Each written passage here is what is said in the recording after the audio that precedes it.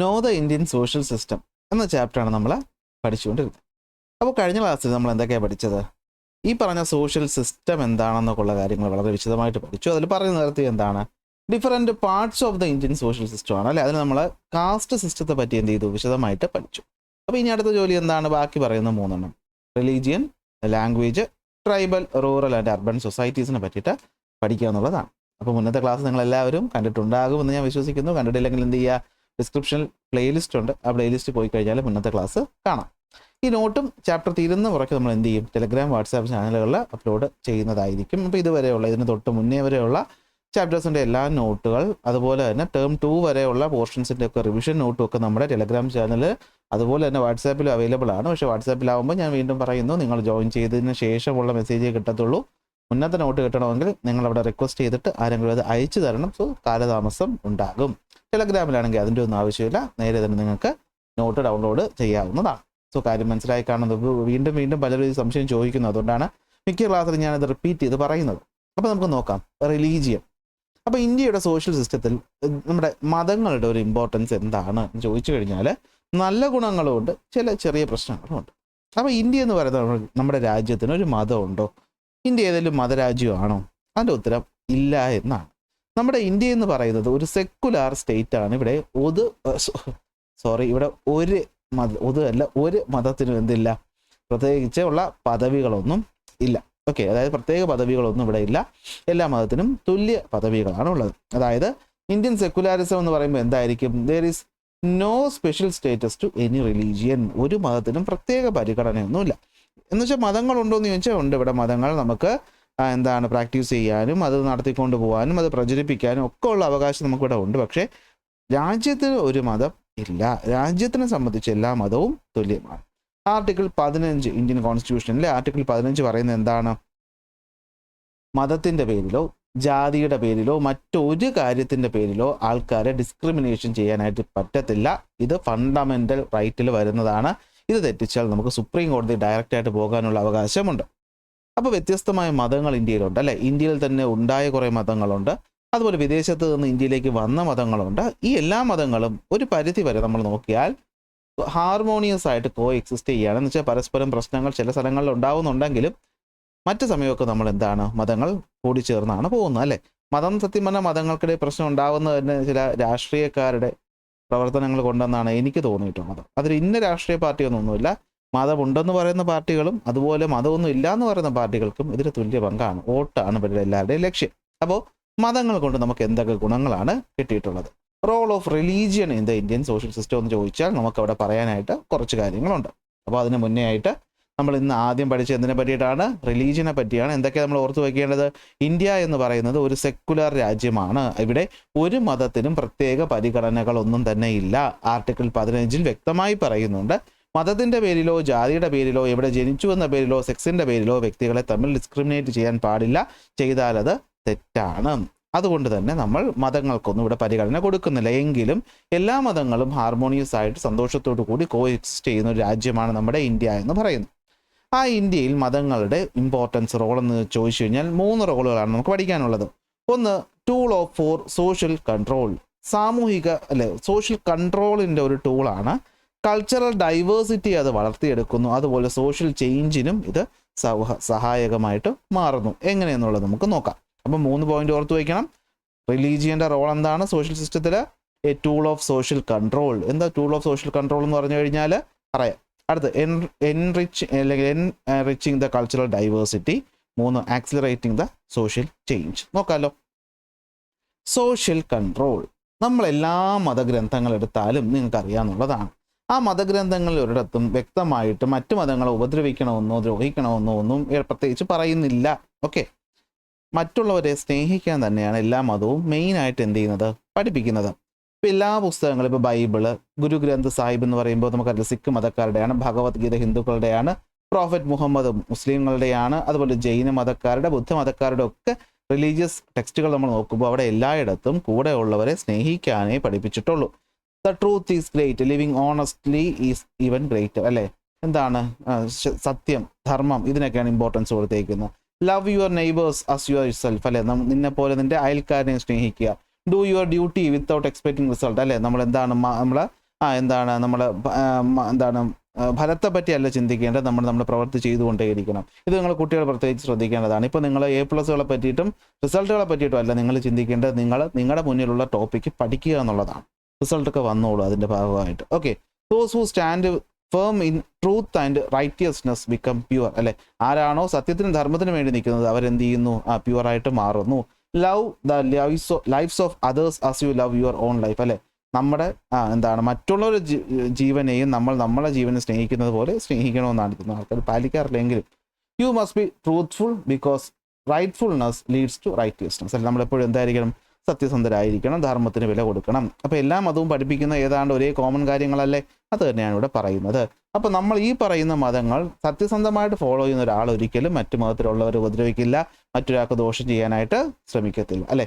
എല്ലാ മതങ്ങളും അപ്പോൾ നമുക്ക് എന്തൊക്കെ വാല്യൂസ് തരുന്നത്? Honesty, empathy, mutual respect, love, care, social responsibility, justice, അതുപോലെ മൊറാലിറ്റി ഒക്കെയാണ് പഠിപ്പിക്കുന്നത്.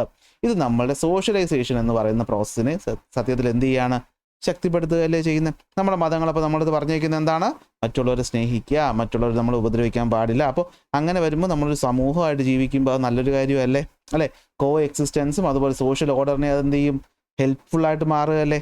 So the religious values influence and guide individual behaviour and thereby act as a tool for social control, അല്ലേ? ഇപ്പോൾ വ്യക്തിയുടെ സ്വഭാവ രൂപീകരണത്തെ മതങ്ങൾ സ്വാധീനിക്കുന്നതിലൂടെ നമുക്ക് സോഷ്യൽ കൺട്രോൾ കിട്ടുന്നു. അപ്പോൾ ഇതാണ് കാര്യം. അപ്പോൾ സിമ്പിളായിട്ട് നമുക്ക് ഓർത്ത് വയ്ക്കാം, അല്ലെങ്കിൽ ഒറ്റ സെൻറ്റൻസിൽ എങ്ങനെ പഠിക്കണം? Religion teachers human the values like honesty, empathy, respect, love, care, responsibility, justice and morality which enriching the socialization process. അതുപോലെ കോ എക്സിസ്റ്റൻസിന് അത് എൻഷുർ ചെയ്യുന്നു. അതുപോലെ സമൂഹത്തിൻ്റെ ഒരു നേരായ ഒരു അവസ്ഥ മെയിൻറ്റെയിൻ ചെയ്യാനും ഇത് ഹെൽപ്ഫുള്ളായിട്ട് മാറുന്നു. ഇത്രയും പോരെ, ഇതിനകത്ത് ഞാൻ വലിച്ചു നീട്ടേണ്ട ആവശ്യമുണ്ടോ? ഇല്ലല്ലോ. നിങ്ങൾക്ക് അറിഞ്ഞിടാത്ത വാക്കുകളും അല്ലാതെ, അല്ലേ? ഓണസ്റ്റി എന്ന് വെച്ചാൽ എന്താണ്? സത്യസന്ധത. എമ്പതി എന്ന് വെച്ചാൽ അനുകമ്പ കാണിക്കുക. റെസ്പെക്റ്റ്, മറ്റുള്ളവർക്ക് ബഹുമാനം കൊടുക്കുക. സ്നേഹിക്കുക, കെയർ എടുക്കുക, റെസ്പോൺസിബിളായിട്ട് കാര്യങ്ങൾ നോക്കുക, ന്യായത്തിന് വേണ്ടി നിലകൊള്ളുക. ഇതെല്ലാവരും അറിയാവുന്ന കാര്യമാണ്. അത് ഒന്നാമത്തെ കാര്യം. അടുത്ത് enriching the cultural diversity. Enriching the cultural diversity, അല്ലേ? നമ്മുടെ കൾച്ചറിൻ്റെ വൈവിധ്യത, അല്ലേ? നമ്മുടെ മുസ്ലിം പള്ളികൾ, അമ്പലങ്ങൾ, ക്രിസ്ത്യൻ പള്ളികൾ, അല്ലെ, മൂന്നും വ്യത്യസ്തമാണെങ്കിലും ഈ മൂന്നിനും അതിൻ്റേതായ ഒരു ഭംഗിയുണ്ടെന്നുള്ളതാണ്, അല്ലേ? അത് നിൽക്കുന്ന സ്ഥലമായാലും അതിൻ്റെ ചുറ്റുപാടായാലും ശരി, അതിനകത്തുള്ള കൊത്തുപണികളും ശില്പകലയും ഒക്കെ എന്താണ്? നമ്മുടെ ഒരു കൾച്ചറിനെ എന്ത് ചെയ്യുന്നു? കാണിക്കുന്നു, അല്ലേ? അപ്പോൾ ഈ പറഞ്ഞ ഓരോ മത സ്ഥാപനങ്ങൾ എന്ന് വേണമെങ്കിൽ പറയാം, അല്ലെങ്കിൽ മതത്തിൻ്റെ പ്രധാനപ്പെട്ട കേന്ദ്രങ്ങൾ, അവിടെ എല്ലാം ഈ പറയുന്ന ആർട്ട്, ലിറ്ററേച്ചർ, പെയിൻറ്റിങ്, സ്കൾപ്ചർ പോലെയുള്ള ഭാഗങ്ങളൊക്കെ എന്ത് ചെയ്തിട്ടുണ്ട്? വളരെ ഭംഗിയായിട്ട് ചെയ്തിട്ടുണ്ട്. അവിടെ കണ്ടോ ശ്രീ പത്മനാഭസ്വാമി ടെമ്പിൾ. ഞാൻ തിരുവനന്തപുരത്തുള്ള ഒരാളായതുകൊണ്ട് ഞാൻ അവിടെ പോയിട്ടുള്ളത് കൊണ്ടാണ് ഇത് പറയുന്നത്, അല്ലേ? ഭയങ്കര വലിയ ആർക്കിടെക്ചറൽ മാർവലാണ് ഇവിടെ കാണിച്ചു വെച്ചിരിക്കുന്നത്. അതുപോലെ തന്നെ കണ്ടോ മൗണ്ട് മേരി ചർച്ച് ബാന്ദ്ര, പോയിട്ടില്ല. അതുപോലെ തന്നെയാണ് Moorish Mosque Punjab, Rumtek Dharma Chakra Centre Sikkim, Dilwara Jain Temple Mount Abu, Golden Temple Amritsar, ഇവിടെയും ഞാൻ പോയിട്ടുണ്ട്. ഈ രണ്ടിടത്തും പോയിട്ടുണ്ട്. ഭയങ്കര രസമുള്ളൊരു സ്ഥലമാണ്. നമുക്ക് ടൂറിസ്റ്റുകളായിട്ട് പോകാനോ അല്ലെങ്കിൽ നമ്മുടെ ഇന്ത്യയുടെ ഒരു കൾച്ചർ അറിയാനോ ഒക്കെ കാണാൻ പറ്റുന്ന സ്ഥലമാണ്. ഇത് തന്നെ ഇവിടെ പറയുന്നുള്ളൂ. മതങ്ങളുള്ളത് കൊണ്ടല്ലേ ഇതുണ്ടായത്. അപ്പോൾ എന്തായിരിക്കും? ഈ പറയുന്ന എന്തൊക്കെയാണ് പറയുന്നത്? റിലീജിയൻ എന്ത് ചെയ്യും? എൻറിച്ച് ചെയ്യും നമ്മുടെ കൾച്ചറൽ ഡൈവേഴ്സിറ്റിയെ ആർട്ടിലൂടെ, ലിറ്ററേച്ചറിലൂടെ, പെയിൻറ്റിങ്ങിലൂടെ, അതുപോലെ തന്നെ ഈ പറയുന്ന ശില്പകലകളിലൂടെ. ഇത് അമ്പലങ്ങളിലും പള്ളികളിലും മോസ്കുകളിലും വിഹാരങ്ങളിലും ഗുരുദ്വാരകളിലും ഒക്കെ എന്ത് ചെയ്തിട്ടുണ്ട്? നമ്മുടെ കൾച്ചറിൻ്റെ ആ ഒരു റിച്ച്നെസ് ആണ് കാണുന്നത്, അല്ലേ? പല വിദേശികളും ഇത് കാണാനായിട്ട് ഇന്ത്യയിലോട്ട് വരാറുമുണ്ട്. അപ്പോൾ ഇതാണ് നമ്മുടെ പൂർവികരെന്ന് പറയുന്നത് നല്ല കഴിവുള്ളവരാണെന്നുള്ളതിൻ്റെ ഒരു തെളിവാണ് നമ്മളിവിടെ കാണിച്ചിരിക്കുന്നത്, അല്ലേ? മാത്രമല്ല ഈ പല മതത്തിൽപ്പെട്ട ആൾക്കാരും, ഉദാഹരണത്തിന് ഇവിടെ കബീർ ദാസ്, അല്ലേ, ഹിന്ദു മുസ്ലിം ഹാർമണിക്ക് വേണ്ടിയിട്ടുള്ള കഥകളും കവിതകളും എഴുതിയിട്ടുണ്ട്. മീരാഭായി സ്ത്രീകളുടെ ഫ്രീഡത്തിന് വേണ്ടിയിട്ട്, ഗുരു നാനാക്ക് എന്ന് പറയുമ്പോൾ നമ്മുടെ സിഖ് മതത്തിൽ കാസ്റ്റ് ഡിസ്ക്രിമിനേഷൻ എതിർത്തിട്ടുണ്ട്. അങ്ങനെ ഓരോ മതത്തിലെയും വ്യക്തികൾ എന്താ ചെയ്തിട്ടുള്ളത്? മറ്റു മതക്കാരെ വെറുക്കാനല്ല പഠിപ്പിച്ചത്, സ്നേഹിക്കാനാണ് പഠിപ്പിച്ചത്. അത് ദുരുപയോഗം ചെയ്യുന്ന ആൾക്കാരാണ് കൂടുതലും. അതാണ് രണ്ടാമത് പറയുന്നത്, എൻറിച്ചിങ് ദ കൾച്ചറൽ ഡൈവേഴ്സിറ്റി. കേട്ടോ, ഇത് ഈ ചാപ്റ്റർ ഇങ്ങനെ കഥ പറഞ്ഞു തരാനേ ഉള്ളൂ കേട്ടോ. സിമ്പിൾ ചാപ്റ്റർ എന്ന് ഞാൻ നേരത്തെ പറഞ്ഞു, അതുകൊണ്ടാണ്. Religion enriches the Indians' cultural diversity through beliefs, art, literature, religious institutions like temple, church, mosque and viharas, gurudwaras, as well as the idealistic contribution of some figures also help for this. അല്ലെ, ഇതാണ് ഇവിടെ പറയുന്നത്. അടുത്ത് accelerating the social change എന്ന് വെച്ചാൽ എന്താണ്? സാമൂഹികമായിട്ടുള്ള മാറ്റം. ഇവിടെ ഒരു കാര്യം കൂടെ പറയുന്നുണ്ട്, കണ്ടോ? നമ്മൾ ഈ പറയുന്ന കൾച്ചറൽ ഡൈവേഴ്സിറ്റിയുടെ ഒരു കാര്യം പറയുമ്പോൾ നമ്മൾ നമ്മുടെ കേരളത്തിനെ ഒന്ന് ആലോചിക്കണം അല്ലേ. ഇവിടെ നമ്മളുടെ സ്കൂളുകൾ എടുത്തു കഴിഞ്ഞാൽ നമ്മളിവിടെ ഓണം ആഘോഷിക്കാറുണ്ട്, അതുപോലെ നമ്മൾ ക്രിസ്മസ് ആഘോഷിക്കാറുണ്ട്, നമ്മൾ ബക്രീദ് ആഘോഷിക്കാറുണ്ട്, അല്ലെ ഇതിനൊക്കെ അവധി തരാറുണ്ട്, അതുമായിട്ട് ബന്ധപ്പെട്ട പ്രോഗ്രാംസ് കണ്ടക്ട് ചെയ്യാറുണ്ട്. ഇതിൽ ഇന്ന മതക്കാർ മാത്രമാണോ പങ്കെടുക്കുന്നത്? അല്ല, എല്ലാ മതക്കാരും പങ്കെടുക്കാറുണ്ട് അല്ലേ.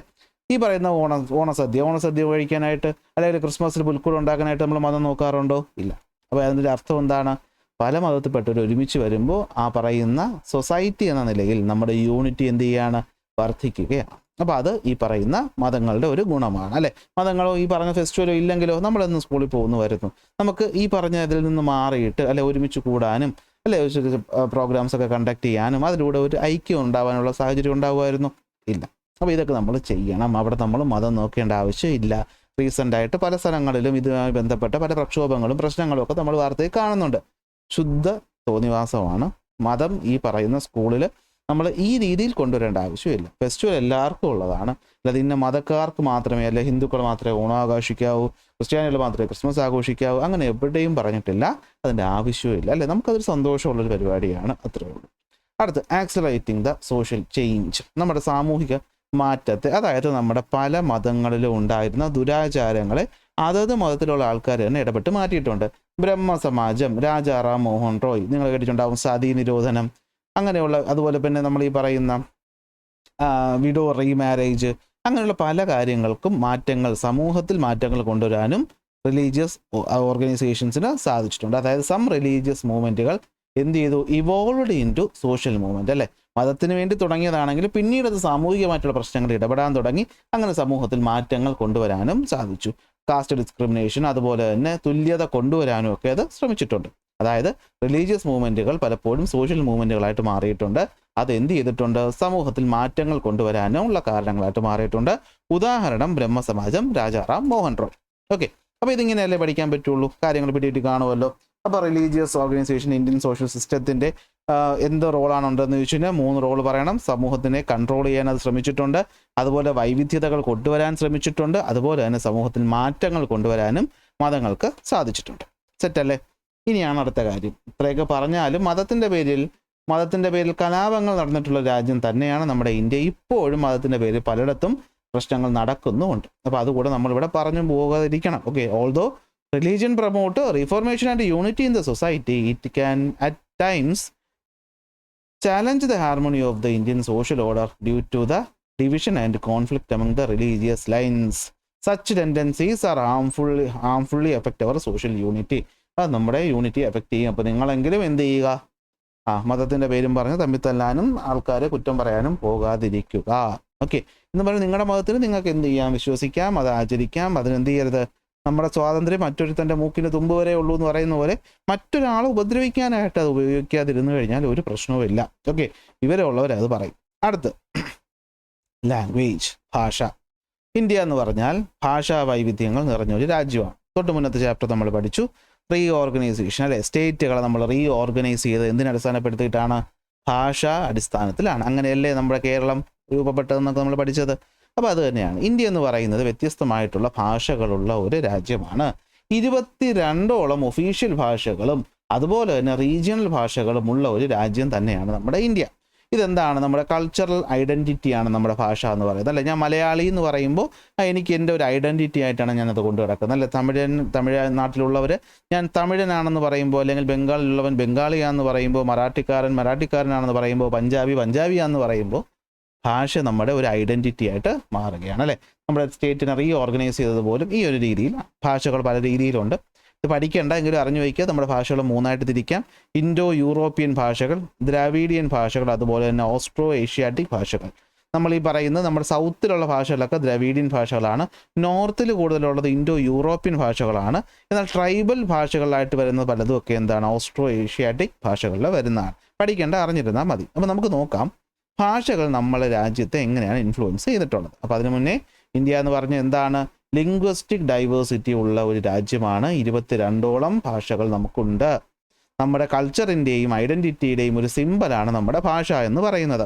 ഭാഷ എന്ന് പറഞ്ഞാൽ നമ്മുടെ സ്റ്റേറ്റ് നിർമ്മിക്കാൻ പോലും എന്ത് ചെയ്തിട്ടുണ്ട്? ഭാഷ അടിസ്ഥാനത്തിലാണ് നമ്മളത് ചെയ്തിട്ടുള്ളത്. ആ പറയുന്ന ഭാഷ നമ്മുടെ ആൾക്കാരെ യൂണിഫൈ ചെയ്യാനായിട്ട് എങ്ങനെയാണ് കോൺട്രിബ്യൂട്ട് ചെയ്തതെന്ന് ചോദിച്ചാൽ അവിടെയും നമുക്ക് 3 കാര്യമാണ് പറയാനുള്ളത്. ഒന്ന്, make cultural traditions organic, provides A sense of identity, foster the respect for and co existence with cultural diversity. ഇത് കേൾക്കുമ്പോൾ വലിയ സംഭവമായിട്ട് തോന്നുമെങ്കിലും ഓർത്ത് വയ്ക്കാൻ പറ്റുന്ന സിമ്പിൾ കാര്യമാണ്. നോക്കാം. മേക്ക് കൾച്ചറൽ ട്രഡീഷൻസ് ഓർഗാനിക് എന്ന് വെച്ചാൽ ഭാഷ വന്നതിന് ശേഷമാണ് നിങ്ങൾ ഈ പറയുന്ന എന്താണ് നമ്മുടെ ട്രഡീഷനുകൾ അല്ലേ, നമ്മൾ ഈ എഴുതാൻ തുടങ്ങിയതിന് മുമ്പ് ഉള്ള പല കാര്യങ്ങളും നമുക്കൊന്ന് അറിയാം. അതായത് പണ്ട് കാലത്ത് ഇങ്ങനെ ആയിരുന്നു എന്ന് നമ്മൾ മനസ്സിലാക്കി. ആ മനസ്സിലാക്കാൻ പലപ്പോഴും നമ്മളെ സഹായിച്ചത് അന്നുള്ള ഈ പറഞ്ഞ ഓറൽ സോങ്സ് ആണ്. എന്ന് വെച്ചാൽ എന്താണ്, നമ്മൾ വരമൊഴി എന്നൊക്കെ മലയാളത്തിൽ പറയുന്ന സാധനം എഴുതുന്നത്, വാമൊഴി എന്ന് പറയുന്നതാണ് ഈ ഓറൽ സോങ്സ്. എന്ന് വെച്ചാൽ എന്തായിരിക്കും, അവിടെ ലിപിയൊന്നുമില്ല, അന്ന് അവർ സംസാരിച്ചിരുന്ന ഭാഷയിൽ അന്നത്തെ ട്രഡീഷൻസ്, കവിതകളും പാട്ടുകളും ഒക്കെ ആയിട്ട് അവരെന്ത് ചെയ്തു, അവരുടെ മക്കൾക്ക് പറഞ്ഞു കൊടുത്ത് ആ പറയുന്ന ട്രഡീഷനുകളുടെ അല്ലെങ്കിൽ ഈ പറഞ്ഞ കൾച്ചറുകളെ നമുക്ക് സ്വന്തമായി ഓർഗാനിക്കായി നാച്ചുറലായി ആൾക്കാരിലേക്ക് എത്തിക്കാൻ ഭാഷകൾക്ക് സാധിച്ചിട്ടുണ്ട് അല്ലേ. വടക്കം പാട്ടുകൾ, അതുപോലെ തന്നെ നമ്മൾ കേട്ടിട്ടുള്ള പലതരം പഴയ പാട്ടുകൾ അല്ലെ, ട്രൈബൽ സോങ്സ് ആയിക്കോട്ടെ, അതൊക്കെ അന്നത്തെ കാലത്തിൻ്റെ ഒരു പൈതൃകം നമുക്ക് മനസ്സിലാക്കി തരുന്നു. അത്രയേ ഉള്ളൂ അല്ലേ. ഈ songs help preserve the traditional values, social norms and historical events അല്ലെ, പണ്ട് നടന്ന കാര്യങ്ങൾ, അതുപോലെ അവിടുത്തെ സൊസൈറ്റി എങ്ങനെയായിരുന്നു. കഴിഞ്ഞ വർഷം നമ്മൾ കുറേ കാര്യങ്ങൾ ഇതിനെപ്പറ്റി പഠിച്ചിട്ടുണ്ട്. അപ്പോൾ ഇതിനൊക്കെ നമ്മൾ ഹെൽപ്പ് ചെയ്തിട്ടുണ്ട്. അപ്പോൾ ലാംഗ്വേജ് എന്ത് ചെയ്തു, ഓർഗാനിക്കലി നമ്മുടെ ട്രഡീഷൻസിനെ ഈ പറയുന്ന സൊസൈറ്റികളിൽ ട്രാൻസ്മിറ്റ് ചെയ്ത് കാലങ്ങൾക്കപ്പുറം കൊണ്ടുവരാനായിട്ട് സാധിച്ചു. ഓക്കെ, ഇതാണ് സംഭവം. അത്രയേ ഉള്ളൂ. ഓക്കെ, വടക്കം പാട്ടുകൾ, അതില്ലെങ്കിൽ ballads of the northern Kerala എന്ത് ചെയ്തു, ഓറൽ സോങ്സിനെയാണ് എക്സാംപ്ലിഫൈ ചെയ്യുന്നത്. അതായത് എന്താണ് എക്സാമ്പിളാക്കി കാണിക്കുന്നത്. എന്ത് ചെയ്തു, അത് നമ്മുടെ ട്രഡീഷണൽ വാല്യൂസിനെ, സോഷ്യൽ നോംസിനെ, ഹിസ്റ്റോറിക്കൽ ഈവൻറ്റുകളെ പ്രിസർവ് ചെയ്യാനും അത് ഭാഷകളിലൂടെ എന്ത് ചെയ്തു, അടുത്ത സൊസൈറ്റിയിലേക്ക് എത്തിക്കാനും സാധിച്ചു. അപ്പോൾ ഇതാണ് പറയുന്നത്, കൾച്ചറൽ ട്രഡീഷനുകളെ ഇത് ഓർഗാനിക് ആക്കുന്നു, സ്വന്തമായി കൾച്ചറുകൾ കാലക്രമേണ എത്താനായിട്ട് സഹായിക്കുന്നു. 2, provides A sense of identity. നമുക്കൊരു ഐഡൻറ്റിറ്റിയാണ് നമ്മുടെ ഭാഷ എന്ന് പറയുന്നത് അല്ലേ. നമ്മൾ മലയാളം സംസാരിക്കുന്നവരെ മലയാളി, തമിഴ് പറയുന്നവന് തമിഴൻ, ബീഹാർ പറയുന്നവന് ബീഹാറി, പഞ്ചാബി, ആസാമി എന്നൊക്കെ വിളിക്കുന്ന ഭാഷാടിസ്ഥാനത്തിലാണ്. നമ്മൾ പുറത്തെവിടെയെങ്കിലും പോയി കഴിഞ്ഞാൽ, പ്രത്യേകിച്ച് നമ്മൾ കേരളം വിട്ടുപോയി കഴിയുമ്പോഴാണ് നമ്മൾ മലയാളിയെ കാണുമ്പോൾ നമുക്ക് എന്തോ ഒരു സന്തോഷമാണ് അല്ലേ. വിദേശത്ത് പോയാലോ മറ്റ് സംസ്ഥാനത്ത് പോയാലോ മലയാളി എന്ന് പറഞ്ഞാൽ നമ്മൾ സ്നേഹം കാണിക്കത്തില്ലേ, അതാണ് പറയുന്നത്. അപ്പോൾ ഭാഷ നമ്മൾ അങ്ങനെ ഒന്നിക്കാൻ സഹായിക്കുന്നു. Next, foster the respect for and co existence off with cultural diversity. അതായത് നിങ്ങൾ സ്കൂളിലെ നമ്മൾ മലയാളം മാത്രമൊന്നുമല്ലല്ലോ പഠിക്കുന്നത്, നമ്മൾ ഇംഗ്ലീഷ് ഭാഷ പഠിക്കുന്നുണ്ട്. അതിലൂടെ നമ്മൾ ഇംഗ്ലീഷ് കൃതികൾ വായിക്കുന്നു. അങ്ങനെ വിദേശത്തുള്ള കാര്യങ്ങൾ നമുക്കറിയാൻ പറ്റത്തില്ലേ. അതിനോടൊപ്പം തന്നെ നിങ്ങൾ മിക്കവാറും എല്ലാവരും ഹിന്ദി പഠിക്കുന്നുണ്ട്, ചിലർ അറബി പഠിക്കുന്നുണ്ട് അല്ലേ, ചിലർ കാസർഗോഡൊക്കെ ആകുമ്പോഴത്തേക്കും കന്നഡ പഠിക്കുന്ന കുട്ടികളുമുണ്ട്. അപ്പോൾ നമ്മളെ ഭാഷയോടൊപ്പം, മാതൃഭാഷയോടൊപ്പം തന്നെ മറ്റു ഭാഷകൾ പഠിക്കുമ്പോൾ, മറ്റു ഭാഷയിലെ കൃതികൾ വായിക്കുമ്പോൾ നമുക്ക് അവരുമായിട്ട് കുറച്ചുകൂടി ലിങ്ക് ആകാൻ പറ്റും. അപ്പോൾ ഈ പറഞ്ഞ അപരിചിതത്വം കുറയും, അവരുടെ അടുത്തൊരു സ്നേഹമോ അല്ലെങ്കിൽ ഒരു പരിഗണനയോ നമുക്ക് കൊടുക്കാൻ പറ്റും. നമ്മുടെ നാട്ടിലൊരു ബംഗാളി വന്നാൽ നിങ്ങൾ എന്ത് വിളിക്കും, ഭായി എന്നാണ് അയാളെ വിളിക്കുന്നത്. ചേട്ടാന്നാരും വിളിക്കാറില്ലല്ലോ. എന്തുകൊണ്ടാണ് നിങ്ങൾ ഭായി എന്ന് വിളിച്ചത്? നിങ്ങൾക്കറിയാം, അവൻ്റെ നാട്ടിൽ സഹോദരനെ ഭായി എന്നാണ് വിളിക്കുന്നത്. അപ്പോൾ അങ്ങനെ നമ്മൾ ഒരാളെ ഭായി എന്ന് വിളിക്കുമ്പോഴത്തേക്കും അവനൊരു സ്നേഹമല്ലേ തോന്നുള്ളൂ, അല്ലാതെ അവന് മനസ്സിലാവാത്ത ഭാഷത്തിൽ എന്തെങ്കിലും പറയുന്നതിനേക്കാളും നല്ലതല്ലേ ഇത്. അപ്പോൾ നമുക്ക് എന്തുകൊണ്ടാൻ പറ്റും, ഒരു കോ എക്സിസ്റ്റൻസ് കൊണ്ടുവരാൻ പറ്റും. അല്ലെങ്കിൽ ബംഗാളി ഇവിടെ വന്നാൽ അവന് ജീവിക്കുന്ന ഒരു ബുദ്ധിമുട്ടുമില്ല. കാരണം നമ്മൾ തന്നെ മുറി ഹിന്ദി അങ്ങോട്ട് പറയും, അതുപോലെ അവരിവിടെ വന്നിട്ട് മുറി മലയാളം നമ്മളടുത്ത് സംസാരിച്ച് നമ്മൾ എന്ത് ചെയ്യും, ഒരുമിച്ച് കൊണ്ടുപോകാനായിട്ട് പറ്റും. ഇതുപോലെയാണ് നമ്മൾ പുറത്ത് പോകുമ്പോൾ, നമ്മൾ നോർത്ത് ഇന്ത്യയിൽ പോകുമ്പോൾ നമുക്ക് ഒരു പരിധിവരെ ഹിന്ദി അറിയാം അല്ലേ. അപ്പോൾ നമുക്ക് ഇന്ത്യയിൽ എവിടെയും സഞ്ചരിക്കാൻ ബുദ്ധിമുട്ടില്ല. ഇംഗ്ലീഷ് അറിയാം, അപ്പോൾ ലോകത്ത് എവിടെയും പോകാൻ ബുദ്ധിമുട്ടില്ല. അപ്പോൾ ഭാഷകൾ പഠിക്കുന്നതിലൂടെ നമുക്ക് ഇങ്ങനെ പല സ്ഥലങ്ങളിലോട്ട് പോകാനും അവരുമായിട്ട് മിങ്കിൾ ചെയ്യാനും സാധിക്കും. ഓക്കെ, അപ്പോൾ എന്ത് പറ്റുമെന്ന് കഴിഞ്ഞാൽ നമുക്ക് ലാംഗ്വേജ് നമ്മൾ പഠിക്കുന്നത് കൊണ്ട് നമുക്ക് എന്ത് ചെയ്യാൻ പറ്റും, we can learn about different cultures and foster respect and co existence through various languages അല്ലേ. നമുക്ക് മറ്റുള്ളവരുമായിട്ടൊരു ബഹുമാനം കൊടുക്കാനും അവരുമായിട്ട് ഒരുമിച്ച് ജീവിക്കാനും ഭാഷ അറിയാമെന്നുള്ളത് കൊണ്ട് പറ്റും. People can develop broader life perspective and opportunities by learning and using more than one language അല്ലേ. നമുക്ക് വിദേശത്ത് ജോലിക്ക് പോകാൻ പറ്റും, അപ്പോൾ ഓപ്പർച്യൂണിറ്റീസ് കൂടുകയാണ് അല്ലേ. നമുക്ക് മറ്റുള്ളവരെ പറ്റിയുള്ള കാഴ്ചപ്പാട് തന്നെ ഈ ഭാഷ പഠിക്കുമ്പോൾ മാറും. പലപ്പോഴും പറഞ്ഞു കേട്ടിട്ടുണ്ട്, പാകിസ്ഥാനികളെന്ന് പറഞ്ഞു കഴിഞ്ഞാൽ നമ്മൾ ശത്രുക്കളെ പോലെയാണ് കാണുന്നത്. പക്ഷേ ഗൾഫിലൊക്കെ പോകുമ്പോഴത്തേക്കും ചില പാകിസ്ഥാനികളൊക്കെ നല്ല സ്നേഹത്തോടെ പെരുമാറുന്നവരുണ്ടെന്ന് പറഞ്ഞിട്ടുണ്ട്. അപ്പോൾ അവരും മനുഷ്യരാണ്, എന്തൊക്കെയോ കാരണങ്ങൾ കൊണ്ട് അവർ നമ്മൾ രണ്ട് ശത്രു രാജ്യങ്ങളായി പോയിന്നേ ഉള്ളൂ. ഇവരെല്ലാവരും മോശക്കാരല്ല എന്നതാണ് ഇവിടുത്തെ ഉദ്ദേശിക്കുന്നത്. ഓക്കെ അല്ലേ. ഭാഷ സംസാരിക്കുന്നതിനോട് നമുക്കതുകൂടെ കിട്ടുന്നു. ബോറടിക്കുന്നുണ്ടെന്ന് എനിക്കറിയാം, വേറെ വഴിയില്ല. ഈ ചാപ്റ്റർ ഇങ്ങനെ അല്ലാതെ വേറെ പഠിപ്പിച്ചു തരാൻ എനിക്ക് വേറെ മാർഗ്ഗമൊന്നും അറിയില്ല. അപ്പോൾ ഇത്രയേ ഉള്ളൂ സംഭവം. എന്തെന്ന് പറയുന്നത്, ഭാഷ എന്ന് പറയുന്നു. വേണമെങ്കിൽ ഒരു ബ്രേക്ക് എടുത്തിട്ട് വാ. ലാസ്റ്റ് ടോപ്പിക്കാണ് ട്രൈബൽ സൊസൈറ്റി. ട്രൈബൽ സൊസൈറ്റിയിൽ നമ്മൾ പറയുന്നത് എന്താണെന്ന് വെച്ച് കഴിഞ്ഞാൽ നമ്മുടെ ട്രൈബൽ ഗ്രൂപ്പുകളെ പറ്റിയിട്ടാണ്. നമ്മുടെ ഇന്ത്യൻ സൊസൈറ്റിയെ നമുക്ക് മൂന്നായിട്ട് തിരിക്കാം. ഒന്ന്, ട്രൈബൽ സൊസൈറ്റി എന്ന് വെച്ചാൽ വനങ്ങളിലൊക്കെ താമസിക്കുന്ന നമ്മൾ ആദിവാസികൾ എന്നൊക്കെ പറയുന്ന ആൾക്കാർ. റൂറൽ സൊസൈറ്റി, ഗ്രാമങ്ങളിൽ താമസിക്കുന്ന ആൾക്കാർ. അർബൻ സൊസൈറ്റി, സിറ്റികളിൽ താമസിക്കുന്ന ആൾക്കാർ. ഇങ്ങനെ മൂന്നായിട്ടാണ് നമ്മൾ ഇന്ത്യൻ സൊസൈറ്റിയെ നമുക്ക് ഡിവൈഡ് ചെയ്യാൻ പറ്റും. അങ്ങനെ ഉള്ളതിൽ ഈ പറഞ്ഞ ട്രൈബൽ സൊസൈറ്റിക്ക് വളരെ വലിയ ഇമ്പോർട്ടൻസ് തന്നെ ഉണ്ട്. ട്രഡീഷണൽ ആയിട്ടുള്ള പല കാര്യങ്ങളും അറിവുകളും പ്രകൃതിയുമായിട്ട് ലിങ്ക് ചെയ്ത് ജീവിക്കുന്ന ആൾക്കാരാണ് ഇവർ. അപ്പോൾ ഇവർക്ക് ഉണ്ട് അല്ലേ. അപ്പോൾ നമുക്ക് സോഷ്യൽ, കൾച്ചറൽ ആൻഡ് ജോഗ്രഫിക്കൽ ഫീച്ചേഴ്സിനെ അടിസ്ഥാനപ്പെടുത്തി സൊസൈറ്റി എത്രയായിട്ട് തിരിക്കാം? മൂന്നായിട്ട് തിരിക്കാം. Tribal, rural, urban. ഓക്കെ ആണല്ലോ. ഇതിൽ ട്രൈബൽ സൊസൈറ്റി എന്ന് പറയുന്നത് നമ്മുടെ ഇന്ത്യൻ സമൂഹത്തിൻ്റെ ഒരു വലിയ ഭാഗം തന്നെയാകുന്നു. ചരിത്രപരമായിട്ട് നമ്മൾ നോക്കിയാലും ശരി, അല്ലാതെ നോക്കിയാലും ശരി. ആഫ്രിക്ക കഴിഞ്ഞാൽ ഏറ്റവും കൂടുതൽ ട്രൈബൽ കമ്മ്യൂണിറ്റി ഉള്ള ഒരു രാജ്യമാണ് നമ്മുടെ ഇന്ത്യ എന്ന് പറയുന്നത്. ഏറ്റവും കൂടുതൽ ആഫ്രിക്കയിലാണ്. അത് കഴിഞ്ഞാൽ എവിടെയാണ്? India ranks second in terms of the tribal population. നമ്മുടെ മൊത്തം ജനസംഖ്യയുടെ 8.6% 2011 സെൻസസ് അനുസരിച്ച് എന്താണ്? ട്രൈബൽ കമ്മ്യൂണിറ്റിയാണ്. മിസോറാം, നാഗാലാൻഡ്, മേഘാലയ, അരുണാചൽ പ്രദേശ്, ഇവിടെയൊക്കെയാണ് മെജോറിറ്റി ആയിട്ട് നമുക്ക് കാണുന്നത്. ഇതിൽ നമുക്ക് ഈ പറയുന്ന ഒരു സ്ഥലം വിട്ടുപോയി ജാർഖണ്ഡ് കൂടെ നമുക്കിവിടെ പറയും. ഓക്കെ, ജാർഖണ്ഡും ഏറ്റവും കൂടുതൽ ഈ പറയുന്ന ST കമ്മ്യൂണിറ്റിയുള്ള സ്ഥലങ്ങളിലൊന്നാണ്. അതുപോലെ ലക്ഷദ്വീപ് പോലെയുള്ള യൂണിയൻ ടെറിട്ടറികളിൽ നമുക്ക് എന്തുണ്ട്? ട്രൈബൽ കമ്മ്യൂണിറ്റീസ് ഉണ്ട്. ഓക്കെ, മെജോറിറ്റിയാണ് ഉദ്ദേശിക്കുന്നത്, മറ്റു സ്ഥലത്തില്ല എന്നല്ല. ആൻഡമാനും കൂടെ നമുക്ക് വേണമെങ്കിൽ ഇവിടെ ഉൾപ്പെടുത്തായിരുന്നു. തൽക്കാലം ടെസ്റ്റ് നോക്കി പറയുന്നത് മാത്രം നോക്കാം. ഈ ഓരോ ട്രൈബൽ കമ്മ്യൂണിറ്റി എടുത്തു കഴിഞ്ഞാൽ നമുക്കറിയാം അവർക്ക് അവരുടേതായ ഭാഷയുണ്ട്, അവർക്ക് അവരുടേതായ കസ്റ്റംസ് ഉണ്ട്, അവർക്ക് അവരുടേതായ പൊളിറ്റിക്കൽ സിസ്റ്റം ഉണ്ട്.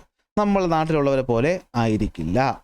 ഈ പറയുന്ന ആൾക്കാരുടെ ജീവിത രീതികളൊക്കെ കുറച്ച് വ്യത്യാസമായിരിക്കും. അതായത് ഇപ്പോഴും നമുക്കവിടെ അവരുടെ ഇടയിൽ രാജാക്കന്മാരുണ്ട്, അറിയാവോ? ഇന്നും രാജാക്കന്മാരുണ്ട്, മൂപ്പന്മാരുണ്ട്. അവരാണ് ഈ പറയുന്ന കാര്യങ്ങളൊക്കെ ഒരു സൊസൈറ്റി തീരുമാനിക്കുന്നത്.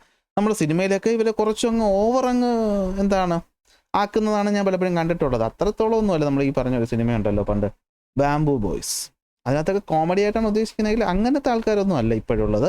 ഇപ്പോൾ ഡെവലപ്ഡായ ആൾക്കാർ, അങ്ങനത്തെ ആൾക്കാർ അന്നും ഒന്നും ഉണ്ടായിരുന്നില്ല. അതൊക്കെ ചുമ്മാ സിനിമയ്ക്ക് വേണ്ടി കാണിക്കുന്നതാണ്. അങ്ങനെ നമ്മൾ കണക്കാക്കരുത് ഒരിക്കലും. അവിടെ നമ്മൾ സ്റ്റീരിയോ ടൈപ്പ് ഒന്നും ചെയ്യരുത്. നമ്മളെ പോലെയൊക്കെ ഉള്ള ആൾക്കാർ തന്നെയാണ് അവർ. അവരെന്തായിരിക്കും? വനവുമായി ബന്ധപ്പെട്ട് ജീവിക്കുന്നു എന്നേ ഉള്ളൂ. Okay, tribal people leave in close interaction with nature and engage in sustainable agriculture and protection of the forest. അല്ല, അവർ വനവുമായി ബന്ധപ്പെട്ട് വനത്തിൽ നിന്നുള്ള സാധനങ്ങൾ കളക്ട് ചെയ്ത് അവിടെ അകത്ത് കൃഷിയൊക്കെ ചെയ്ത് അതിപ്പോൾ നാട്ടിൽ കൊണ്ടുവന്ന് വിൽക്കുന്നതൊക്കെ ഉണ്ട്. ഓക്കെ, ഇത് എന്ത് ചെയ്യുന്നു? എൻവയോൺമെൻറ്റിനെ പ്രൊട്ടക്ട് ചെയ്യാനായിട്ടും എക്കോളജിക്കൽ ബാലൻസിനും. അതാണ് അവിടെ ഇമ്പോർട്ടൻസ് എന്ന് പറയുന്നത് അല്ലേ. നമ്മുടെ മൊത്തം പോപ്പുലേഷൻ 8.6 ഉള്ളൂവെങ്കിലും അവർ നമുക്ക് ചെയ്തു തരുന്ന കോൺട്രിബ്യൂഷൻസ് വളരെ വലുതാണ്. പ്രകൃതിയെ സംരക്ഷിക്കുക. നമ്മൾ നശിപ്പിക്കുന്ന പ്രകൃതിയെ അവരാണ് എന്ത് ചെയ്യുന്നത്? സംരക്ഷിക്കുന്നത്. പലപ്പോഴും ഈ പറഞ്ഞ പല വനമേഖലകളൊക്കെ ഈ പറഞ്ഞ ആൾക്കാർ കയ്യേറി അവിടുത്തെ മരമൊക്കെ വെട്ടി നശിപ്പിച്ച് അവിടെ കൺസ്ട്രക്ഷൻ ഒന്നും ചെയ്യാത്തത് ഇങ്ങനത്തെ ആൾക്കാർ അവിടെ ഉള്ളത് കൊണ്ട് കൂടെ ആണ്. അതുകൊണ്ട് തന്നെ ഇവർ പ്രൊട്ടക്ട് ചെയ്യാൻ വേണ്ടിയിട്ട് നമ്മുടെ ഗവൺമെൻറ് ഒരുപാട് നിയമങ്ങളും എന്ത് ചെയ്തിട്ടുണ്ട്? കൊണ്ടുവന്നിട്ടുണ്ട്. പലതരം ഭാഷകളായിരിക്കും അല്ലേ. നമ്മുടെ കേരളത്തിനകത്തുള്ള ട്രൈബൽ കമ്മ്യൂണിറ്റീസ് പോലും നിങ്ങൾ കേട്ടിട്ടുണ്ടായിരിക്കും അല്ലേ. നമ്മുടെ ഈ പറയുന്നത് എന്താണ്, കാണിക്കാർ, കുറുമ്പർ അല്ലേ. അങ്ങനെ വയനാട്ടിൽ, ഇടുക്കിയിൽ, നമ്മുടെ തിരുവനന്തപുരത്തൊക്കെ എന്തുണ്ട്? ട്രൈബൽ ഗ്രൂപ്പ് ഉണ്ട് അല്ലേ. അവർക്ക് അവരുടേതായിട്ടുള്ള ചെറിയ വ്യത്യാസങ്ങളുണ്ടായിരിക്കും. ഇന്നിപ്പോൾ അവർ നമ്മുടെ നാട്ടിലുള്ളവരുമായിട്ട് മിങ്കിൾ ചെയ്ത് അവർക്ക് ഇമ്പ്രൂവ്മെൻറ്റ് വന്നുകൊണ്ട് ഇരിക്കുകയാണ്. ഓക്കെ, അപ്പോൾ അതാണ് the tribal society plays a vital role in preserving India's cultural heritage by transferring traditional knowledge, art and culture. അല്ല, അവർ ഇന്നും കാത്തു സൂക്ഷിക്കുന്ന ട്രഡീഷണൽ ആയിട്ടുള്ള പല കാര്യങ്ങളും ഉണ്ട്. അതിനകത്ത് വരുന്നതാണ് ഇവിടെ നോക്കിയേ ട്രൈബൽ സൊസൈറ്റി. ഇപ്പോൾ ട്രൈബൽ സൊസൈറ്റി എന്ന് വെച്ച് കഴിഞ്ഞാൽ എന്തായിരിക്കും? മൂന്നായിട്ട് തിരിക്കാം. ട്രൈബൽ സൊസൈറ്റിയെ മൂന്നായിട്ട് തിരിക്കാം. എന്തിനൊക്കെ അടിസ്ഥാനപ്പെടുത്തി? സോഷ്യൽ, കൾച്ചറൽ ആൻഡ് ജോഗ്രഫിക്കൽ ഫീച്ചേഴ്സിനെ അടിസ്ഥാനപ്പെടുത്തി നമുക്ക് എത്രയായിട്ട് തിരിക്കാം? മൂന്നായിട്ട് തിരിക്കാം. Tribal society, rural society, urban society. നമ്മൾ ട്രൈബൽ പോപ്പുലേഷനിൽ 2ാം സ്ഥാനമാണ് ആഫ്റ്റർ ആഫ്രിക്ക. മൊത്തം നമ്മുടെ പോപ്പുലേഷൻ്റെ 8.6% എന്ന് പറയുന്ന ട്രൈബൽ ഗ്രൂപ്പാണ്. അവർ ഈ സംസ്ഥാനങ്ങളിലൊക്കെയാണ് ഉള്ളത്. ട്രൈബൽ കമ്മ്യൂണിറ്റിക്ക് നോക്കിയേ, each tribal society in India features distinct language. അവർക്ക് അവരുടേതായ ഭാഷയുണ്ട്, കസ്റ്റമറി പ്രാക്ടീസുകളുണ്ട്, അവർക്ക് അവരുടേതായ പൊളിറ്റിക്കൽ സിസ്റ്റം ഉണ്ട്. അവർ പ്രകൃതിയുമായിട്ട് സസ്റ്റൈനബിളായിട്ട് ഹാർമോണിയസ് ആയിട്ടാണ് ജീവിക്കുന്നത്. അവർ പ്രകൃതിയെ നശിപ്പിക്കുന്നില്ല, എന്നാൽ പ്രകൃതിയോട് ഇണങ്ങിയാണ് ജീവിക്കുന്നത്. അവരുടെ ഭാഷ രീതികളൊക്കെ എന്താണ്? നമ്മളെ ഓരോ വൈവിധ്യതകളുടെ ഓരോ സിമ്പിളായിട്ട് നമുക്ക് കണക്കാക്കാനായിട്ട് പറ്റും. അവർ ബയോഡൈവേഴ്സിറ്റി എന്ത് ചെയ്യുന്നുണ്ട്? പ്രിസർവ് ചെയ്യുന്നുണ്ട്. ഓക്കെ, അങ്ങനെയുള്ള ട്രൈബൽ കമ്മ്യൂണിറ്റിയുടെ റോൾ എന്താണ് നമ്മുടെ ഇന്ത്യൻ സോഷ്യൽ സ്ട്രക്ചറിൽ? 5 പഠിക്കണം. ട്രഡീഷണൽ നോളജുകൾ അവർ സ്റ്റോർ ചെയ്ത് വെച്ചിരിക്കുന്നു. അത് നമുക്ക് പലപ്പോഴും ഉപയോഗമായിട്ട് മാറാറുണ്ട്. അവരുടേതായ ആർട്ട് ആൻഡ് കൾച്ചർ രീതികളുണ്ട്. സസ്റ്റൈനബിൾ ലൈഫ്, അതായത് അവർ സസ്റ്റൈനബിളായിട്ട് ജീവിതം കൊണ്ടുപോകുന്ന രീതികളുണ്ട്.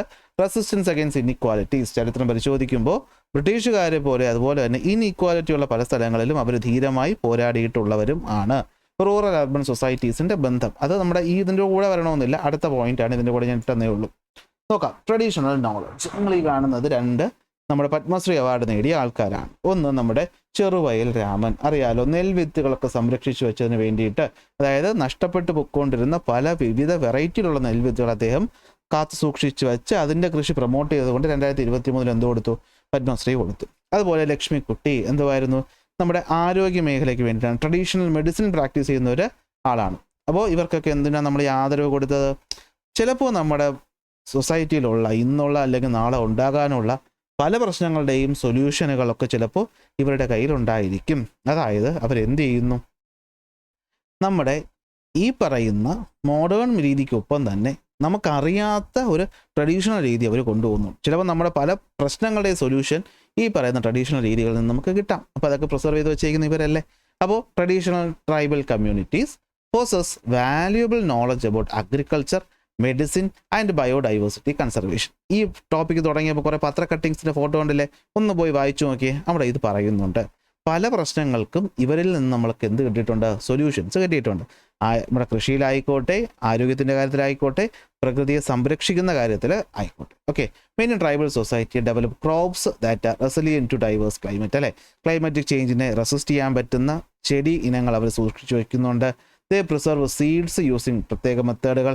ദേ rely on indigenous natural resources for health care, അല്ലേ.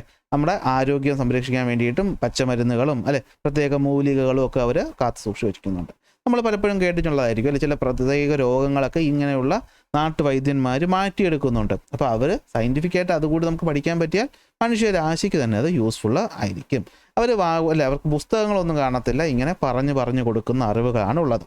അതാണ് നമ്മുടെ ട്രഡീഷണൽ നോളജ്. അതായത് ട്രഡീഷണലി നമ്മുടെ ഇന്ത്യയിൽ ഉണ്ടായിരുന്ന പല അറിവുകളും സൂക്ഷിച്ചു വയ്ക്കുന്നത് ഇവരാണ്. അങ്ങനെ ഓർത്ത് വയ്ക്കാം. ഇനി അവരുടെ ആർട്ടും കൾച്ചറും, അല്ലെ, അവർക്കും എന്തുണ്ട്? കമ്മ്യൂണിറ്റികളുണ്ട്, അവർക്ക് ഗ്യാതറിങ്സ് ഉണ്ട്, അവരവരുടെ ഡാൻസ് കളിക്കും, പാട്ടുകളും ഒക്കെ ചെയ്യാറുണ്ട്. കണ്ടോ, വാർലി പെയിൻറ്റിങ് ട്രഡീഷണലി ട്രൈബൽ ഗ്രൂപ്പുകൾക്കിടയിലുള്ളൊരു പെയിൻറ്റിങ് രീതികളാണ്. ഇതിന്ന് പലപ്പോഴും നമ്മുടെ പുതിയ ഡിസൈനുകളിലും കാണാറുണ്ട്. ഇരുള ഡാൻസ്, ഇതൊക്കെ നിങ്ങൾ സ്കൂൾ കലോത്സവങ്ങളൊക്കെ പോകുമ്പോൾ കേൾക്കുന്നുണ്ടായിരിക്കും, അല്ലേ. പാലിയ ഡാൻസ്, മലപ്പുലയാട്ടം, പണിയ ഡാൻസ്, മംഗളം കളി, ഇതൊക്കെ എന്താണ്? അവർക്കിടയിലുള്ള ആചാരങ്ങൾ അല്ലെങ്കിൽ ഫെസ്റ്റിവലുകളാണ്. Okay. So the tribal society nourishes Indian culture through their unique language, art form, festival, music and dance, അല്ലേ. റൂറൽ അർബൻ സൊസൈറ്റീസിലുള്ള പോലെ തന്നെ അവർക്കും എന്തുണ്ട്? ഈ പറയുന്ന ഒരു യൂണിറ്റിയും മറ്റു കാര്യങ്ങളും ഒക്കെ ഉണ്ട്. ഇവിടെ ജസ്റ്റ് ഇത്രയും ഓർത്ത് വെച്ചാൽ മതി, കൂടുതൽ പറയാനൊന്നുമില്ല. സസ്റ്റൈനബിൾ ലൈഫ് എന്ന് വെച്ചാൽ ഇവരെപ്പോഴും പ്രകൃതിയെ നശിപ്പിക്കാതെയാണ് ജീവിക്കുന്നത്. അത് തന്നെയാണ് പറയുന്നത്. ഈ live in harmony with nature and integrate natural resources like forest, അല്ലെ, water into their daily lifes in an eco friendly manner. നശിപ്പിക്കാതെ പ്രകൃതിക്ക് നല്ല രീതിയിലാണ് അവരെന്ത് ചെയ്യുന്ന കാര്യങ്ങൾ കൊണ്ടുപോകുന്നത്. Okay. The practice of their societies often effective models for preserving the environment and managing resources, അല്ലെ, റിസോഴ്സിനെ മാനേജ് ചെയ്യാനും പ്രകൃതിയെ പ്രിസർവ് ചെയ്യാനും അവർ നടത്തിക്കൊണ്ടുവരുന്ന രീതികൾ പലപ്പോഴും നമുക്ക് പോലും മാതൃകയാകാറുണ്ട്. അവർക്ക് ഈ പറയുന്ന ഫോറസ്റ്റിനെ പറ്റിയിട്ടുള്ള അറിവുകൾ, മറ്റു കാര്യങ്ങളൊക്കെ നമ്മൾ എക്കോ ടൂറിസം പോലെ മേഖലകൾ ഉപയോഗിക്കുന്നുണ്ട്. ഇവരുടെ അറിവുകൾ നമുക്ക് ഉപയോഗിച്ച് അപ്പോൾ നമ്മുടെ വനമേഖലയെ ഒക്കെ സംരക്ഷിക്കാനായിട്ട് പറ്റും. ഓക്കെ. അതാണ് ഇവിടെ ഉദ്ദേശിക്കുന്നത്. ഓക്കെ. അപ്പോൾ കാരണം പ്രകൃതി എന്ന് പറയുമ്പോൾ, ഇപ്പോൾ വനം എന്ന് പറയുമ്പോൾ നമുക്ക് അറിയുന്ന സ്ഥലമല്ല, അത് അവരുടെ സ്ഥലമാണ്, അവരുടെ സ്വന്തം സ്ഥലമാണ്, അല്ലേ. അപ്പോൾ അവർക്ക് അവിടെ നമുക്കെപ്പോഴും നമ്മുടെ നേറ്റീവ് പ്ലേസിനകത്തുള്ള കാര്യങ്ങൾ നമുക്ക് കുറച്ചുകൂടി ഈസി ആയിരിക്കും, അല്ലേ. അതുപോലെ അവരുടെ സ്ഥലമാണ് വനം. അപ്പോൾ വനങ്ങൾ സംരക്ഷിക്കുക എന്നുള്ളത് മനുഷ്യരെല്ലാവരുടെയും ആവശ്യമാണ്. അപ്പോൾ അതിനൊക്കെ ഇവരുടെ ഈ പറയുന്ന സസ്റ്റൈനബിൾ ജീവിത രീതികൾ നമ്മൾ നോക്കുന്നത് നല്ലതായിരിക്കും. ഇനി റെസിസ്റ്റൻസ് അഗെയിൻസ്റ്റ് ഇനിക്വാലിറ്റീസ്, അല്ലേ. അപ്പോൾ വനമേഖലയിൽ താമസിക്കുന്നവരാണെന്ന് പറഞ്ഞിട്ട് ആർക്കും ഒന്നും അങ്ങനെ ഒരു ചൂഷണം ചെയ്യാനൊന്നുമില്ല. അവരും എന്ത് ചെയ്തിട്ടുണ്ട്? പണ്ട് കാലം മുതലേ ഇൻഇക്വാലിറ്റി, അനീതികൾക്കൊക്കെ എതിരെ പ്രക്ഷോഭം നടത്തിയിട്ടുണ്ട്. സാന്താൾ കലാപം എന്തായിരുന്നു? ലാൻഡ് ലോഡ്സിനും ബ്രിട്ടീഷിനും എതിരെ നടത്തിയതായിരുന്നു. എവിടെയാണ്? നമ്മുടെ ഈ പറയുന്ന ഇന്നത്തെ ബംഗാൾ, ജാർഖണ്ഡ്, ഒഡീഷ, ബീഹാർ വരുന്ന ഭാഗത്തായിരുന്നു. സാന്താൾ എന്ന് പറയുന്ന ഒരു ട്രൈബൽ ഗ്രൂപ്പാണ്. സിദ്ധു കനു ബ്രദേഴ്സ്, രണ്ട് സഹോദരങ്ങളാണ്. സിദ്ധു കനു ബ്രദേഴ്സ് എന്ന് നമ്മളവർ പറയുന്നത് കാണുന്നു, സിദ്ധുവും കനു. ഇവരുടെ നേതൃത്വത്തിൽ ബ്രിട്ടീഷിനെ എതിർത്തു. പക്ഷേ ഈ കലാപങ്ങളൊക്കെ അന്ന് ശക്തരായ ബ്രിട്ടീഷുകാർ അടിച്ചമർത്തി. പക്ഷെ എങ്കിലും ബ്രിട്ടീഷുകാരൊന്ന് വിരട്ടാൻ അല്ലെങ്കിൽ ഒന്ന് പേടിപ്പിക്കാനെങ്കിലും ഇവരെ കൊണ്ട് സാധിച്ചു. അത് അവരുടെ മനക്കരുത്തിൻ്റെ സിമ്പലാണ്. മുണ്ടാൽ കലാപം അല്ലെങ്കിൽ നമ്മൾ ഉൽഗുലൻ മൂവ്മെന്റ് എന്ന് പറയും. ഇപ്പോഴത്തെ പുതിയ 8ാം ക്ലാസ്സുകാർക്കൊക്കെ ഇത് വിശദമായിട്ട് എന്ത് ചെയ്യാനുണ്ട്, പഠിക്കാനായിട്ട് ഉണ്ട്. അതിവിടെ എന്ത് തന്നെയാണ് ലാൻഡ് ലോഡുകളുടെയും മറ്റു ബ്രിട്ടീഷുകാരുടെയും ഈ പറഞ്ഞ ഒപ്രഷനെതിരെയാണ് നടന്നത്. ബിർസ മുണ്ട എന്ന് പറയുന്ന ആളാണ്. ഞാൻ തൊട്ട് മുന്നേ നമ്മൾ ഏതോ ഒരു ചാപ്റ്റർ പഠിച്ചപ്പോൾ ജാർഖണ്ഡ് സംസ്ഥാനം രൂപം കൊണ്ട നവംബർ 15-ാം തീയതി ഈ പറയുന്ന ബിർസ മുണ്ടയുടെ പിറന്നാളാണ്. ഞാൻ അന്ന് പറഞ്ഞു തോന്നുന്നു, എനിക്ക് ഓർമ്മ വരുന്നു. ഇന്നത്തെ ഇൻക്ലൂഡിങ് ജാർഖണ്ഡിൻ്റെ റീജിയനിലാണ് ഇത് വരുന്നത്. സെയിം വിഷയം. കുറിച്യർ കലാപം 1812 എവിടെയാണ്? നമ്മുടെ കേരളത്തിലെ വയനാടാണ്. രാമൻ നമ്പിയാണെന്ത് പ്രധാനപ്പെട്ട നേതാവെന്ന് പറയുന്നത്. ഇതും എന്ത് തന്നെയാണ് ബ്രിട്ടീഷുകാരുടെ റീജിയൻ അഡ്മിനിസ്ട്രേഷൻ ഉണ്ടായ പ്രശ്നത്തിനെതിരെയാണ്. അപ്പോൾ ഇവിടെയൊക്കെ നമുക്ക് കാണാൻ പറ്റും എന്താണ് ഇൻഇക്വാലിറ്റിക്കെതിരെ അവർ എന്ത് ചെയ്തിട്ടുണ്ട്, എപ്പോഴും ശബ്ദം ഉയർത്തിയിട്ടുണ്ട്. The tribal societies in the India organised numerous struggles against inequality and oppression and fought for the justice. അല്ലേ? The cultural environment, wisdom and resistance of the tribal community against inequality significantly contributed to enriching the Indian social system. അപ്പോൾ ഇന്ത്യയുടെ സമൂഹത്തിനെ enrich ചെയ്യുന്നതിൽ, അതിലേക്ക് contribute ചെയ്യുന്നതിൽ ഇവരെല്ലാവരും പ്രവർത്തിച്ചിട്ടുണ്ട്. Okay, ഇന്ത്യയുടെ നാച്ചുറൽ വെൽത്തിൻ്റെയും കൾച്ചറൽ ഹെറിറ്റേജിൻ്റെയും കസ്റ്റോഡിയൻസ് ആണ് ആര്? ട്രൈബൽ ഗ്രൂപ്പ് എന്ന് പറയുന്നത്. അപ്പോൾ ഇങ്ങനെ എന്തെങ്കിലുമൊക്കെ 5 പോയിന്റ് ഓർത്ത് വയ്ക്കുക കേട്ടോ. ലാസ്റ്റ് വരുന്നതാണ് റൂറൽ അർബൻ സൊസൈറ്റീസ്. അത് നമുക്ക് നോക്കാം. അപ്പോൾ അതിനു മുമ്പേ എന്തൊക്കെയാണ് ട്രഡീഷണൽ നോളജ്, അല്ലെ? അവരെന്താണ് വാല്യൂബിൾ ആയിട്ടുള്ള നോളജുകൾ കൃഷിയിലും മറ്റു കാര്യങ്ങളും അപ്ഹോൾഡ് ചെയ്യുന്നു. അവരുടെ ആർട്ട് ആൻഡ് കൾച്ചർ യുണീക്കാണ്. അവരുടെ സസ്റ്റൈനബിൾ ജീവിത രീതികൾ നമ്മൾ മാതൃകയാക്കേണ്ടതാണ്. അതിൽ നിന്ന് നമ്മൾ അറിവ് ഉൾക്കൊള്ളേണ്ടത് ആകുന്നു. നെക്സ്റ്റ് വരുന്നതാണ് അവരുടെ റെസിസ്റ്റൻസ്. കലാപങ്ങളെ പറ്റി ജസ്റ്റ് ഒന്ന് നോക്കി വയ്ക്കുക. സാന്താൾ കലാപം, മുണ്ടാൽ കലാപം, കുറിച്യർ കലാപം. അടുത്ത റൂറൽ അർബൻ സൊസൈറ്റീസ് ഇവിടെ വന്നു എന്നേ ഉള്ളൂ. നമുക്ക് നോക്കാം. അപ്പോൾ എന്താണ് റൂറൽ അർബൻ സൊസൈറ്റീസ്? 2 കഥകളുണ്ട്. ആരവ് എന്ന് പറയുന്ന വെസ്റ്റ് ബംഗാളിൽ ജീവിക്കുന്ന ഒരു കൃഷിക്കാര കുടുംബത്തിൽപ്പെടുന്ന ആളാണ്. എന്നാൽ മായ എന്ന് പറയുന്ന സിറ്റിയിൽ ജീവിക്കുന്ന ഒരാളാണ്. ഈ കഥ പറഞ്ഞു തന്നില്ലെങ്കിൽ നിങ്ങൾക്കറിയാം ഗ്രാമത്തിലെ ജീവിതം എന്താണെന്നും സിറ്റിയിലെ ജീവിതം എന്താണ്. അപ്പോൾ നമ്മുടെ ഇന്ത്യയിൽ ഈ പറയുന്ന ഗ്രാമവും സിറ്റിയും, ട്രൈബൽസിനെ പറ്റി പറഞ്ഞു, പിന്നെ ഉള്ളത് റൂറലും അർബണും ആണല്ലോ. റൂറൽ എന്ന് പറഞ്ഞാൽ ഗ്രാമം, അർബൺ എന്ന് പറഞ്ഞു കഴിഞ്ഞാൽ എന്താണ്? നഗരം. ഇവിടെ രണ്ടിടത്തും ഒരുപാട് വ്യത്യാസങ്ങളുണ്ട് അല്ലേ? റൂറൽ സൊസൈറ്റിയിൽ കൃഷിയാണെങ്കിൽ അർബൻ സൊസൈറ്റിയിൽ എന്താണ്? ഇൻഡസ്ട്രികളാണുള്ളത്. ഇവിടെ ഈ പറഞ്ഞ ആൾക്കാരുടെ കോ എക്സിസ്റ്റൻസ് ആണെങ്കിൽ അവിടെ എന്താണ്? ഇൻഡിവിജ്വലി ജീവിക്കുകയാണ്. ഇവിടെ നമ്മൾ ഈ പറയുന്ന ട്രഡീഷണൽ നോളജുകളാണെങ്കിൽ അവിടെ ടെക്നോളജിയാണ്. എന്നിങ്ങനെ എന്തൊക്കെ നമുക്ക് വേണമെങ്കിലും പറയാം. അപ്പോൾ നോക്കാം നമ്മുടെ വില്ലേജ് സൊസൈറ്റി എന്ന് വെച്ചാൽ എങ്ങനെയാണ്. The village society is based on agriculture and small industries. അല്ലെ? ഇവിടെ എന്താണ്? കൃഷിയും ചെറുകിട വ്യവസായങ്ങളുമാണ് ഉള്ളത്. ഇവിടെ ആൾക്കാർക്കിടയിൽ നല്ല രീതിയിലുള്ള ബന്ധമുണ്ട്. ജീവിത രീതി എന്ന് പറയുന്ന ട്രഡീഷണൽ ആയിട്ടുള്ള രീതികളാണ്. അല്ലെ? നമ്മുടെ ഇന്ത്യയിലെ കൃഷിയുടെ അല്ലെങ്കിൽ കൃഷിയുമായി ബന്ധപ്പെട്ട കാര്യങ്ങളുടെ അടിസ്ഥാനം അല്ലെങ്കിൽ ബാക്ക് ബോൺ എന്ന് പറയുന്നത് നമ്മുടെ വില്ലേജുകളാണ്. മഹാത്മാഗാന്ധി ഇത് പറഞ്ഞിട്ടുണ്ട് അല്ലേ? ഗ്രാമങ്ങൾ വികസിച്ചാലേ ഒരു രാജ്യം എന്ത് ചെയ്യത്തുള്ളൂ? വികസിക്കുകയുള്ളൂ. ഗ്രാമ സ്വരാജ് എന്നൊക്കെയാണ് അതിനെ പറയുന്നത്. അപ്പോൾ അതിൽ നമുക്ക് മനസ്സിലായി ഗ്രാമങ്ങൾ ഇമ്പോർട്ടൻ്റ് ആണ്. എന്നാൽ സിറ്റി ഇമ്പോർട്ടൻ്റ് അല്ലേ? സിറ്റി ഇമ്പോർട്ടൻ്റ് ആണ് അല്ലേ?